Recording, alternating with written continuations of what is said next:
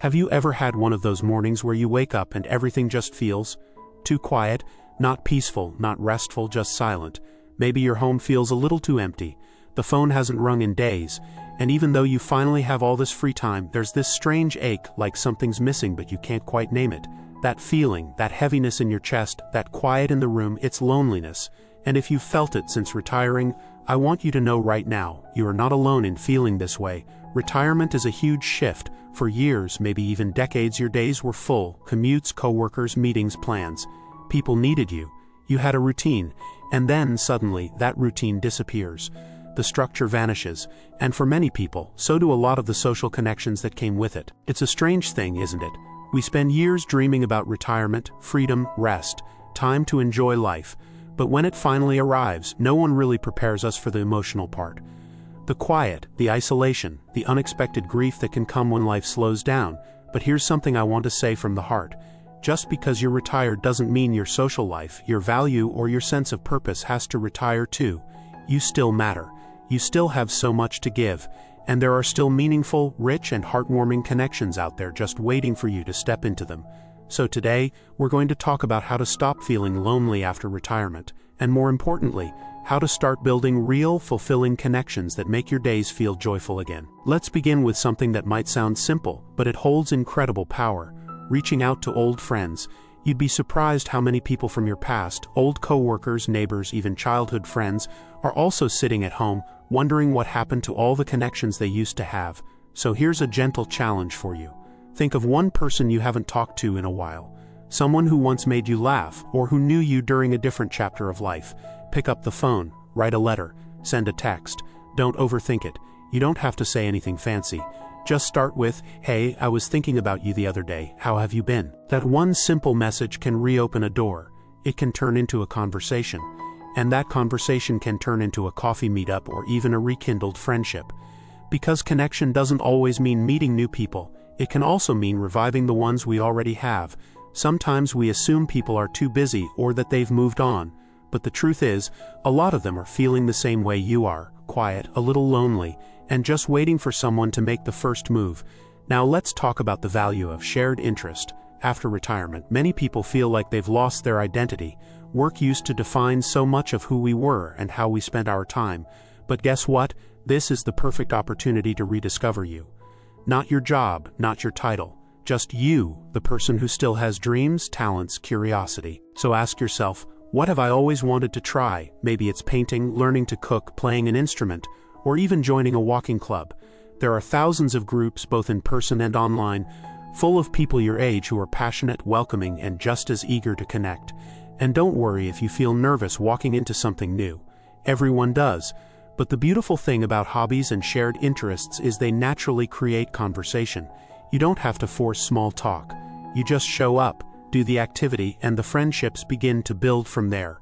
Whether it's a book club at the local library or a Tai Chi class at the community center, the key is showing up, week after week, because that's where connection grows, in consistency, in familiarity, in sharing time and space with others. Now I know that for some of you, physical limitations, transportation issues, or simply living far from a busy town can make in-person connection feel harder. That's where the internet, yes, that same thing your grandkids use all day, can actually become your lifeline. There are entire communities online just for seniors. Forums, Facebook groups, video chat groups, virtual classes, you name it. You can share stories, ask questions, make friends across the globe, and find people who genuinely understand where you're at in life. Don't let technology scare you off. You don't have to be a computer expert. You just need to be curious and willing to learn. And if it helps, ask a family member or friend to sit down and guide you through setting things up. Trust me, it's worth it. Because loneliness isn't about how many people are around you. It's about feeling seen, heard, and understood. And with just a little effort, those things are still possible. It's easy to believe that the best days of connection are behind you. But the truth, some of your richest, most meaningful relationships may still be ahead. Because now, you're not chasing a career or raising a family. You finally have time, your time, to build connections that are slow, intentional, and deeply fulfilling. So if you've been feeling lonely lately, I want you to pause and take a deep breath. You are not broken. You are not invisible. You are simply in a new chapter, and this chapter still has pages left to fill. And the best way to begin is with one small step. Now that we've opened up the first few doors, let's keep going and explore a few more meaningful ways to build connections that last. One of the most healing things we can do after retirement is allow ourselves to become part of something bigger than just ourselves. That might sound like a tall order, but it can start with something very humble: volunteering. Giving your time, your attention, your heart to something outside your home can shift how you feel in ways you might not expect. Now, you might think volunteering is about helping others, and yes, it absolutely is. But what's often overlooked is how much it helps you. When you volunteer, you step into a space where you're valued, where your presence makes a difference. You get to be around others who care about the same things you do. And that sense of purpose, that can quiet loneliness faster than anything else. Maybe it's helping out at a food pantry, mentoring a younger person, or spending time with animals at a local shelter. Maybe it's knitting blankets for newborns or reading to children at the library. Whatever speaks to you, there's a place for your heart and your hands. And when you show up regularly, something beautiful happens. You become part of a rhythm. You build relationships. People start to expect you, smile when they see you, ask about your day. That right there is the seed of connection taking root. Now I want to gently talk about something many of us avoid: asking for help. It's not easy, especially if you've spent your whole life being the one who gives help. Maybe you were the provider, the caretaker, the fixer. So when loneliness creeps in, our instinct is to tough it out silently. We tell ourselves, I should be fine, or it's not that bad. But here's the truth, and I say this with deep care. Being lonely is not a weakness. It's a signal, just like hunger or thirst. It's your soul saying, I need more connection. And just like you wouldn't ignore your body when it needs water, you shouldn't ignore your heart when it needs people. Sometimes the most powerful act of courage is simply picking up the phone and saying to someone you trust, I've been feeling a little lonely lately. Can we talk? You might be surprised at the warmth and relief that follows. Because chances are that person has felt the same way at some point, and your honesty gives them permission to open up too. Real connection isn't built on pretending everything's fine. It's built on honesty, vulnerability, and reaching out even when it feels a little scary. And the people who truly care about you, they won't judge. They'll be grateful you told them the truth. Now let's shift to something that's both simple and powerful: creating routines that include others. After retirement, one of the biggest challenges is the loss of structure.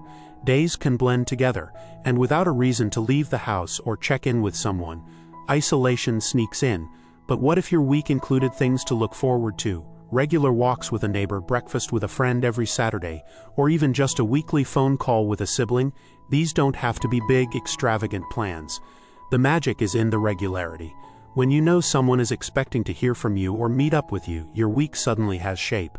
And that small expectation creates purpose. Let's say you meet a friend every Wednesday morning at the local cafe. That gives you something to look forward to on Tuesday night. Maybe you even lay out your clothes or write down what you want to talk about. These little moments of preparation add life and energy to your days. And it works both ways. You're giving that same sense of purpose and anticipation to the other person too. Even better, these routines often grow. One friend turns into two. A neighbor joins your walk. A friend brings their sister to breakfast. Slowly but surely, you start to feel part of a web again, connected, supported, woven into something warm and human. And what if you're someone who truly prefers your own company most of the time? That's okay too. You don't need a packed social calendar to beat loneliness. What you do need, though, are a few meaningful connections that you can count on. People who see you, hear you, and care. That could be just one or two individuals. But those connections need to be nurtured. So even if you cherish your solitude, think about how you can maintain those bonds. Maybe it's writing a heartfelt letter once a month, or making a short call every Sunday. Connection doesn't always have to be loud or constant, it just has to be real. And sometimes, real connection starts from the inside out. When we retire, many of us are surprised by how much old grief, unspoken regrets, or forgotten dreams come bubbling up. That quiet space left behind by work suddenly fills with thoughts we never had time to process. And if we're not careful, that can make loneliness feel even heavier. This is where self-reflection and even healing can play a big role in rebuilding your social world. Journaling, prayer, talking with a counselor, or simply spending time each morning asking yourself, what do I really need today? These are acts of self-connection that lead to deeper connections with others. When you understand your own heart more fully, you show up in relationships with more openness, more clarity, and more peace. No matter where you are right now, whether you're feeling mildly lonely or deeply isolated, I want you to hear this. There is a way forward. The human heart is resilient. It wants to connect, it needs to. And with a few intentional choices, your world can begin to feel warmer, fuller, more alive. Just remember, the goal isn't to fill your time with just any people. It's to build connections that nourish you, that remind you who you are, that add joy to your life, the kind of connections that make you feel seen again.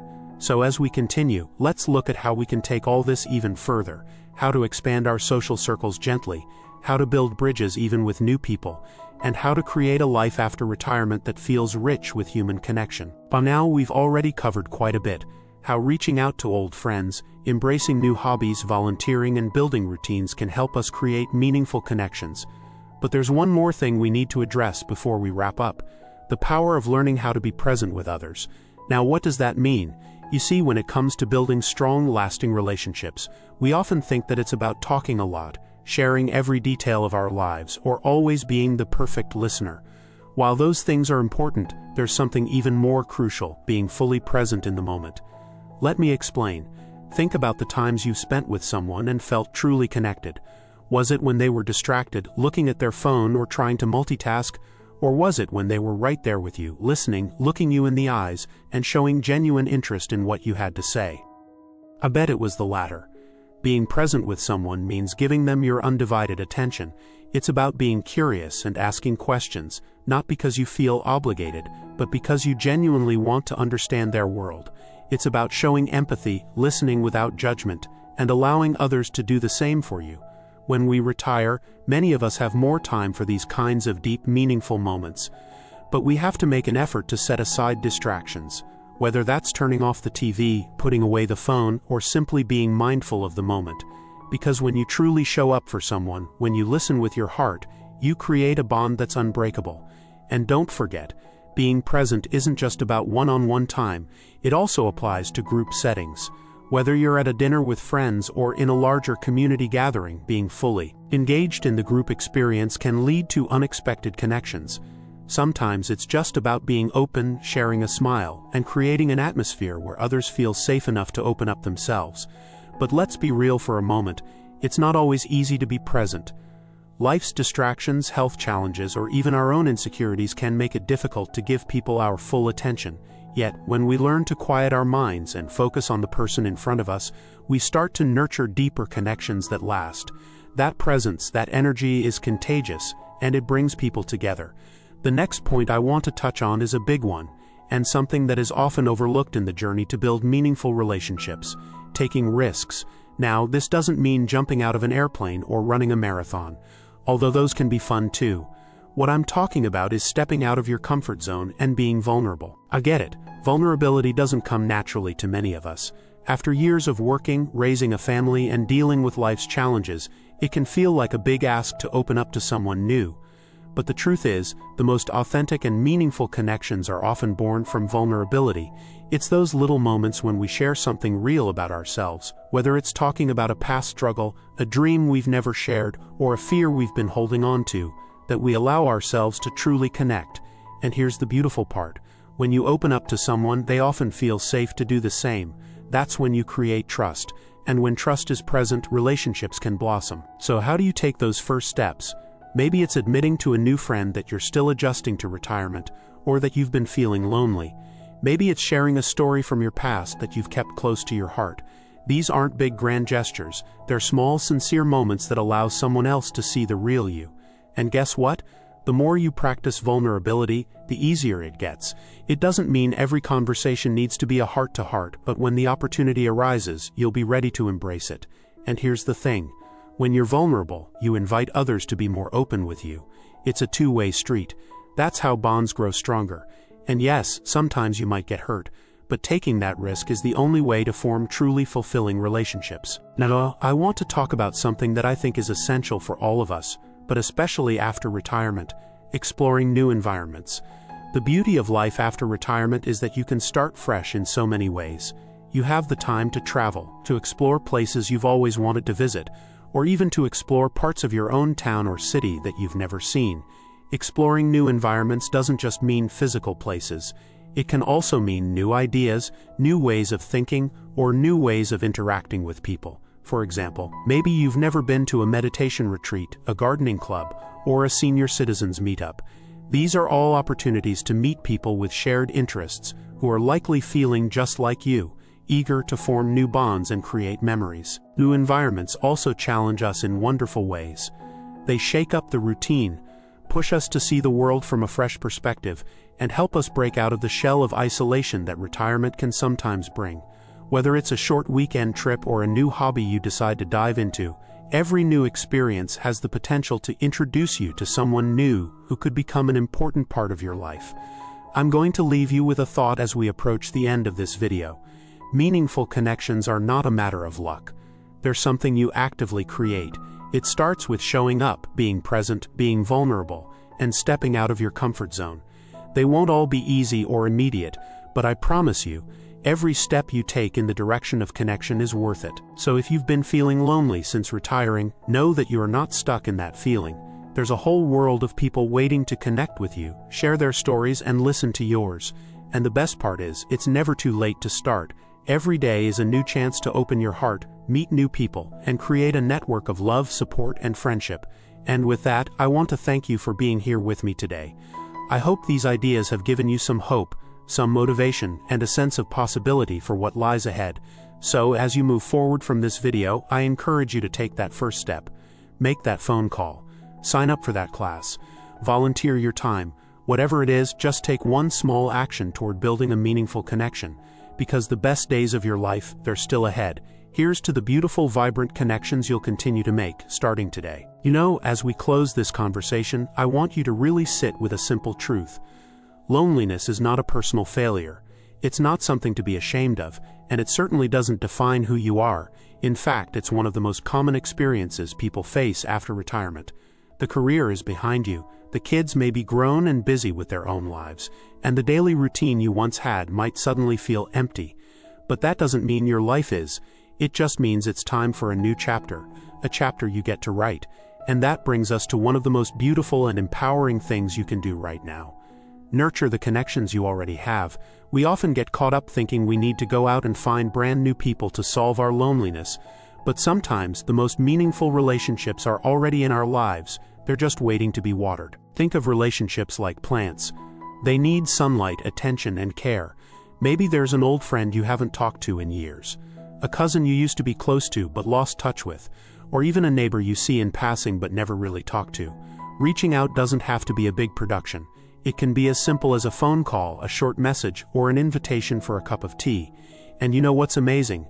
Most people are just as hungry for connection as you are. Often they're simply waiting for someone, anyone, to take that first step. I once heard a story about a man who lived alone for over a decade after retiring. He thought he had nothing to offer anymore, that the world had moved on without him. But one day, on a whim, he called a childhood friend he hadn't spoken to in nearly 40 years. That one phone call led to a weekly meetup, which turned into a close friendship. It even brought other people into his circle, friends of friends, old classmates, all because he took one small step. Nurturing connections also means being intentional with the relationships you see regularly. Maybe it's a spouse, a sibling, or even your adult children. When we're feeling lonely, we sometimes build walls without realizing it. We pull away, become quiet, or wait for someone else to notice. But don't underestimate the power of initiating a conversation, expressing appreciation, or simply saying, "Hey, I miss spending time with you." Vulnerability, remember. It's a bridge, not a barrier. And for those of you who might not have family nearby, I want to remind you, family is not just who we're related to. Family is anyone you choose to let into your heart. That could be a kind neighbor, a member of your book club, or even someone you meet at your morning walk in the park. Relationships come in many forms, and they all matter. Another powerful way to keep loneliness at bay is to create a routine around connection. We often build routines for chores, meals, medications. But we forget that our social life deserves structure too. Consider dedicating specific days for reaching out. Maybe every Tuesday you call someone. Every Saturday morning you go to a community gathering. Every other week you host a small get-together. Even if it's just over tea and biscuits, routines bring comfort. And when you include people in them, they begin to look forward to seeing you just as much as you look forward to seeing them. That predictability can be a lifeline. It gives your week shape. It gives you something to smile about when you wake up. I also want to encourage you to celebrate small wins. Sometimes we think that unless we formed a deep friendship right away or had an amazing social outing, we haven't done enough. But connection doesn't always come in grand gestures. Maybe you said hello to someone new today. Maybe you stayed a few minutes longer at your local coffee shop and struck up a conversation. Maybe you smiled at someone walking past and they smiled back. Those moments matter. They add up. Each one is a thread that can be woven into something greater. So please be patient with yourself. Building meaningful connections, especially after years of routine or solitude, takes time, but it's possible, and it's worth every bit of the effort. Now, as we close, I want to leave you with something powerful. You are not alone in your loneliness. There are thousands, even millions of people feeling exactly like you right now. And the beautiful part, that means there are just as many people ready to connect, to share, to laugh, to grow with you. Your life didn't stop when you retired. It just opened a new door. A quieter, slower door, yes, but also one filled with opportunity, joy, and yes, connection. You still have stories to tell, love to give, and experiences to share. Your voice still matters. Your presence still lights up rooms. And your heart is still capable of creating bonds that last a lifetime. So if you've been feeling isolated, let this be your gentle nudge. Start small. Pick one idea from everything we've talked about and put it into motion today. Call someone. Join something. Smile first. Ask a question, be curious, be open, be present, because that one small act could be the beginning of a lifelong connection. And if you found this video helpful, let's keep the conversation going. Share your experience in the comments, whether it's something you've tried, someone you've reconnected with, or even how you're feeling right now. You never know who you might inspire just by speaking up. And while you're here, don't forget to like this video and subscribe to the channel for more encouraging content just like this. We're building a community here, and we'd love for you to be part of it. You're not invisible. You're not forgotten. You're valuable, wise, and still capable of deep joy. Let's build a life full of connection, one moment, one smile, one person at a time. Here's to a future filled with meaningful friendships and beautiful conversations. You deserve nothing less.